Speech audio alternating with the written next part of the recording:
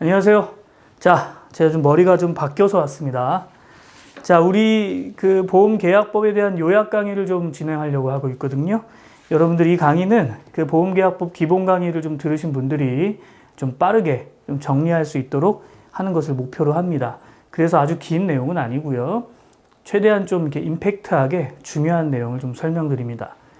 좀 급할 때는 이 요약 강의만으로도 사실은 그 시험 대비가 돼요. 그래서 우리가 그 많은 경험상 이 강의를 통해서 사실 시험 대비가 됐다는 분들도 많습니다.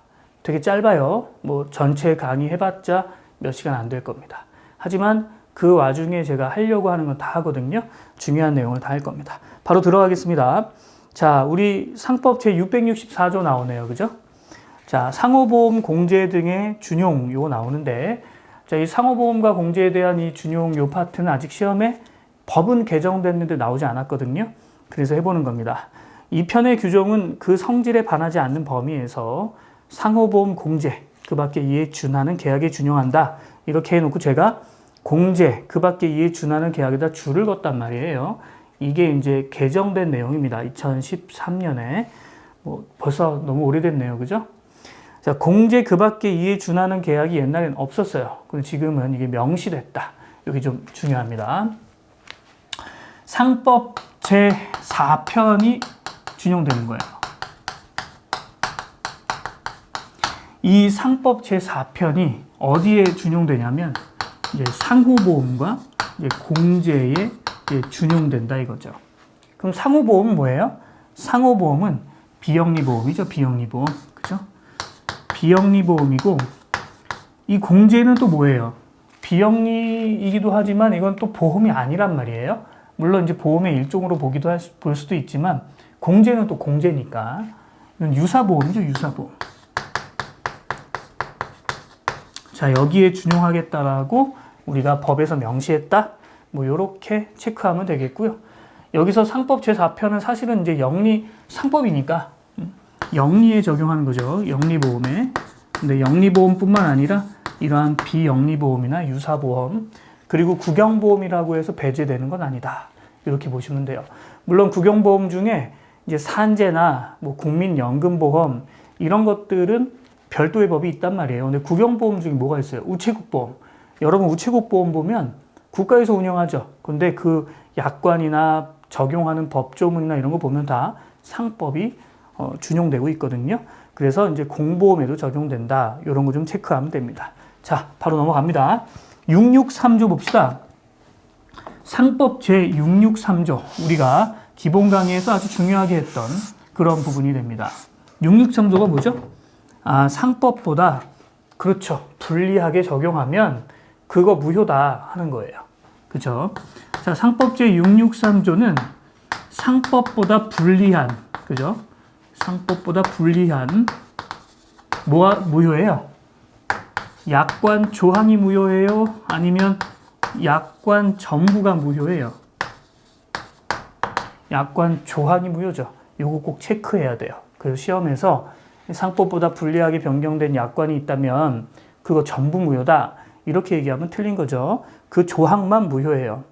자, 이 조항이 바로 663조인데 이 편의 규정은 당사자 간의 특약으로 계약자, 피보험자, 수익자한테 불리하게 변경할 수 없다. 이렇게 돼 있죠. 자, 불리하게 변경이 금지되어 있는데 계약자한테 불리한 변경만 금지된 거죠. 그래서 계약자한테 유리한 변경은 돼요. 한편으로 보험자한테 불리한 변경도 되죠. 무슨 말이냐? 계약자에게 불리하다 하는 것은 다른 말로 보험자한테 유리하다라고 해석이 됩니다. 그죠? 그러면 계약자한테 불리한 변경은 무효면 보험자한테 유리한 변경도 무효죠. 그죠?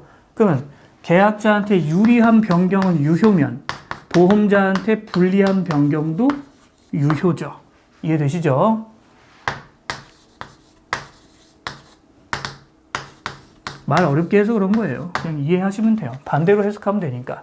계약자에게 불리한 거 무효다? 그럼 보험자한테 유리한 것도 무효구나.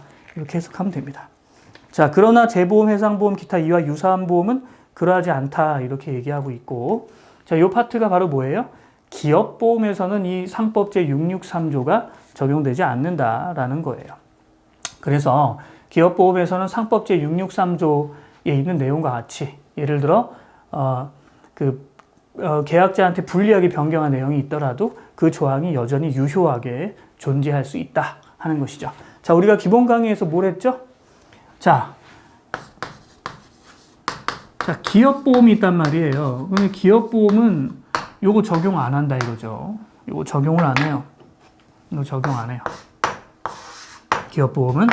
자, 기업보험은 이거 적용 안 하는데, 하지만 외형상 기업보험이 있어요. 외형상. 엄청 크지 않습니까? 그죠? 외형상 기업보험. 중요할 때는 이 두꺼운 걸로 써드릴 겁니다. 이 외형상 기업보험에는 실제 어떻게 적용해야 되죠? 외형상 기업보험은 곧 뭐다 이거? 가계보험과 같다. 그쵸? 그래서 외형상 기업보험은 계약자한테 불리하게 변경한 조항이 있으면 무효다. 이렇게 정리가 됩니다. 그래서 우리 그 판례 거기 내용 보시면 형식상 기업보험이라고 해도 실질적으로 가계보험 성격을 가졌다면 자, 그거는 이 상법제 663조 조항이 적용돼서 정확하게 말하면 본문 조항이 적용되는 거죠. 본문 조항이 적용돼서 계약자에게 불리하게 변경한 것은 무효가 된다 하는 겁니다. 자, 어때요? 자, 할만하죠? 좀 빨리빨리 진행할 수밖에 없다라는 거. 자, 그 다음에 대리인이 안 것의 효과를 제가 별도로 이렇게 해놨습니다. 자, 대리인이 안 것의 효과 했는데 실제 대리인을 우리가 얘기를 하려면 이제 이런 보험 설계사나 보험 대리점 이런 분들에 대한 얘기를 우리가 해야 돼요. 그죠? 그래서 우리가 기본 강의에서도 설계사, 대리점, 중개사 이런 분들의 어떤 권리, 어디까지 권리가 있냐 이런 거 했던 거 기억하실 겁니다. 자, 일단 제가 기본 강의에서 뭐라고 했죠? 대리인은 곧 본인과 같은 것이다. 그래서 대리인이 안 것은, 그죠? 대리인이 안 것은 결국 뭐다? 본인이 안 것이 된다. 그럼 대리인이 모른 것은 본인이 모른 것이 되는 것이죠. 그렇죠? 자, 요것에 대한 법조문이고요. 자, 대리인이 안 것은 본인이 안 것이다. 이거 갖고 우리가 좀 더 확장을 하면 자, 이제 우리 그 보험 계약을 할 때 대리 행위를 하는 많은 사람들이 있는데 그 중에 이제 바로 설계사. 그죠? 임직원도 해볼까요? 임직원. 그 다음에 대리점. 그죠? 그 다음에 중개사. 이런 분들이 있다 이거예요. 자, 이런 분들은 과연 어떤 효력을 갖고 있냐, 대리인이 아니냐 했는데 실제 대리점만 그 계약의 체결을 대리하는 거예요. 그래서 얘는 보통 흔히 말하는 체약 대리를 하는 사람입니다. 체약 대리. 그죠? 그리고 얘는 그냥 그 중개를 하는 사람에 불과한 것이죠. 그죠? 법적으로. 직원은 이제 얘는 그야말로 그냥 그 근로자이기 때문에 보통 이제 그 대표가 시키는 대로 해야 되니까 얘는 뭐 대리라고 보긴 좀 그렇고 직원이에요, 그냥. 직원도. 뭐 대리와 유사할 수 있겠죠. 거의 뭐 같은 뭐 고용된 사람, 고용돼서 뭐 민법 756조 적용하는 그런 사람이 됩니다. 시키는 대로 일하는 사람이에요. 자, 그럼 이렇게 하면 시험에서는 얘네들은 대리의 효과를 갖고 있는 건 대리점이니까 그 계약자가 대리인한테 고지한 것은 곧 보험회사한테 고지한 것이 되죠. 그래서 기본적으로 우리가 그 고지를 했다. 그럼 얘는 고지를 받을 수 있죠? 근데 얘는요, 고지를 못 받죠? 얘는요, 고지를 받을 수 있죠? 얘는요, 고지를 못 받죠. 그런 효과가 있다는 거 우리가 정리했던 거 기억하실 겁니다. 그쵸? 그 다음엔요, 보험료는요. 얘는 보험료는 못 받죠? 그쵸? 보험료 P라고 합시다. 보험료 못 받죠? 얘는 보험료 잘 받죠? 얘는 보험료 못 받아요. 그쵸? 그런데 설계사는 원래 보험료를 못 받았는데 법이 바뀌면서 여기서 어떻게 했어요? 보험료를 받을 수 없지만 하지만 영수증이 있으면 된다 했죠? 그때는 받을 수 있다. 이런 거 기억나실 겁니다.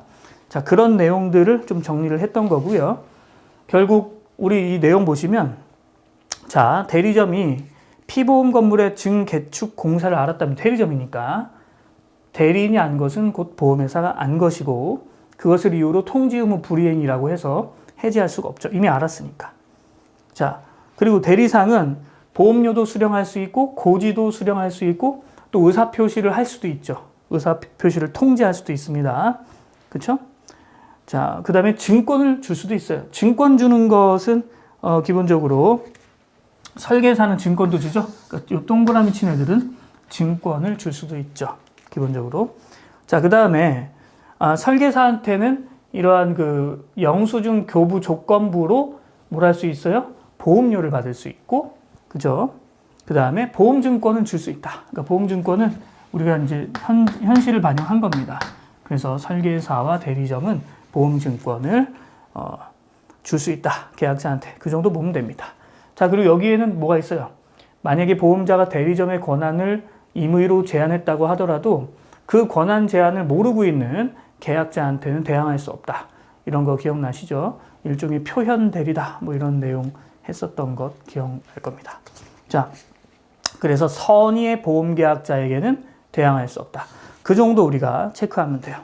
자, 우리 판례 잠깐 볼까요?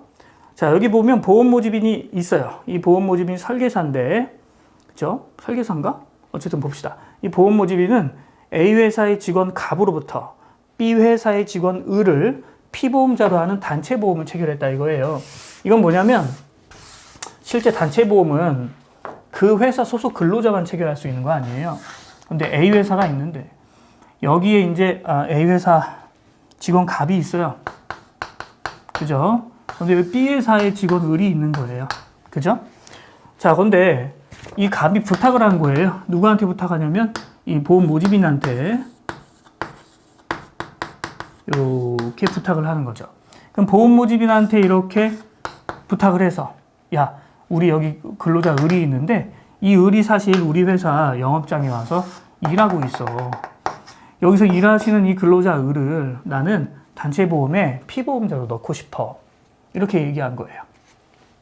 보험 모집인은 아우 당연히 되죠 해가지고 모집을 해준 겁니다. 그럼 나중에 이 을이 사고가 났어요. 사고가 나서 보험금을 청구하자 보험회사는 뭐라고 하냐면 야 말이 되니? 단체보험은 A 회사의 소속 근로자만 할 수 있는 건데 을이 이 A 회사의 단체보험에 들어가면 어떡해? 야, 이 을은 아무리 파견 근로자라고 해도 B 회사 소속이니까 B 회사의 단체보험에 가입해야지 라고 얘기한 거예요. 자, 맞나요? 하는 거죠. 이때 얘는 이 보험모집인은 설계사였단 말이에요. 그죠? 따라서 이 설계사가 한 행위는 뭐 대리점이 아니니까 뭐 대리점한테 우리가 생각하는 것처럼 아주 강력한 그 권한을 주는 건 아니니까 얘는 그냥 계약을 중개하는 사람이니까 결국 얘 실수로 잘못했다 이거네요. 그럼 얘 실수로 잘못한 것을 보험회사가 책임질 필요는 없으니까 이 계약 전체는 일단 무효가 되는 거예요. 상법까지 보면. 상법까지 보면 계약은 무효인데 우리가 이제 상법만 하는 게 아니라 보험업법도 하잖아요. 근데 물론 이제 여러분 이제 또 시험 3월에 또 개정이 되니까 2021년 3월에 그때는 또 그게 또 금융소비자보호법으로 넘어가긴 하지만 어쨌든 이 설계사가 잘못을 하면 보험회사가 어떻게 해요? 대신 책임을 지는 규정이 보험업법 102조에 현재는 있단 말이죠. 2021년 3월 전까지는. 그렇죠? 그래서 결국은 이 설계사가 잘못한 것을 보험회사가 책임을 지는 거예요. 그렇죠? 그럼 다시 정리를 하면 계약은 무효인데 설계사가 잘못한 것을 보험회사가 책임진다고 하는 보험업법 제102조, 102조에 의해서 손해배상 책임을 지게 되는 거죠. 그렇죠? 이 102조에 의해서 손해배상 책임을 지는데 실제로 이제 나중에는 그 금융소비자보호법으로 넘어갑니다. 여러분 시험에서는 어떻게 될지 모르겠어요. 오히려 우리 상법에서 더 낼 가능성이 높아지고 있죠. 그렇죠? 자, 그 다음에 우리 644조 한번 볼까요? 보험사고의 객관적 확정의 효과 이렇게 되어 있습니다. 자, 우리 보험사고의 그 요건을 우리가 같이 한번 공부한 적이 있는데 이 보험사고는 어떤 특징을 갖고 있어요? 보험사고는 주관적인 우연성이 있어야 된다. 그런 거 기억나시죠? 그리고 보험사고는 기본적으로 발생 가능해야 된다. 이런 것도 아마 기억이 나실 거예요. 기억 안 나는데 자꾸 기억난다고 그러니까 이상하죠. 그죠? 기억나기를 바랍니다. 자, 보험사고는 뭐라고요? 기본적으로 우연성이 있어야 된다고요. 그죠? 근데 이 우연성은 무슨 우연성? 바로 주관적 입장의 우연성이에요. 누가 주관적인 거예요? 계약 당사자 기준이에요. 그래서 계약자, 보험회사를 기준으로 우연한 거예요. 근데 이제 실제 피보험이익이 있는 자는 또 피보험자니까 보통 기본적으로 계약자, 그리고 피보험자, 그리고 보험회사를 기준으로 우연하면 되는 거예요. 그 다음에 또 어떤 내용이 있죠? 발생 가능해야 돼요. 발생 불가능한 보험사고는 그 조건이 달성 가능하지 않은 거죠. 조건 성취 불가능한 거예요. 민법이잖아요, 민법.